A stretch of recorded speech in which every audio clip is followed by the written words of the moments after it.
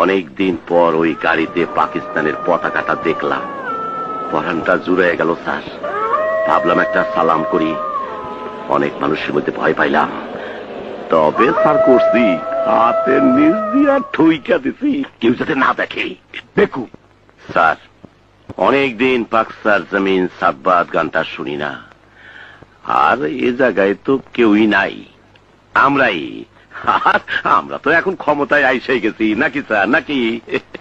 বহুদিন পাকিস্তান জিন্দাবাদ বলতে পারি না স্যার, একবার পাকিস্তান জিন্দাবাদ বলার বড় ইচ্ছা স্যার।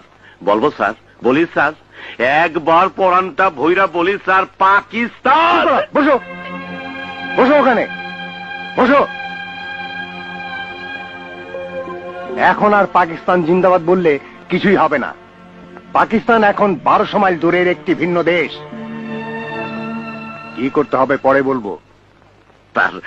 স্যার, ক্ষমতায় যখন আমরা আইসেই গেছি, তখন তো ব্যবসা বাণিজ্য আমরাই পাবো নাকি স্যার? ব্যবসা বাণিজ্য তো পাবেই। ব্যবসা বাণিজ্য ধরে রাখতে হলে রাজনীতিও করতে হবে, আর আমাদের রাজনীতি হবে একটু ভিন্ন ধরনের।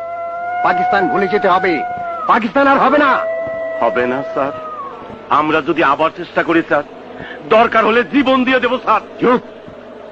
শুধু মনে রাখবে, এই যে স্বাধীনতা, এটা যে ভুল ছিল জনগণের কাছে, সেটাই আমাদের প্রমাণ করতে হবে।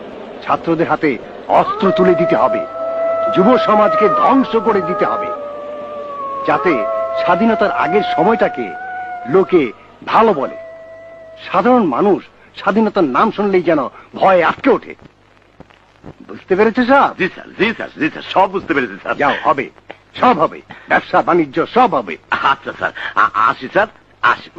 নামে পড়ি স্যার। হ্যাঁ। হ্যাঁ, আসি। আসসালামু আলাইকুম।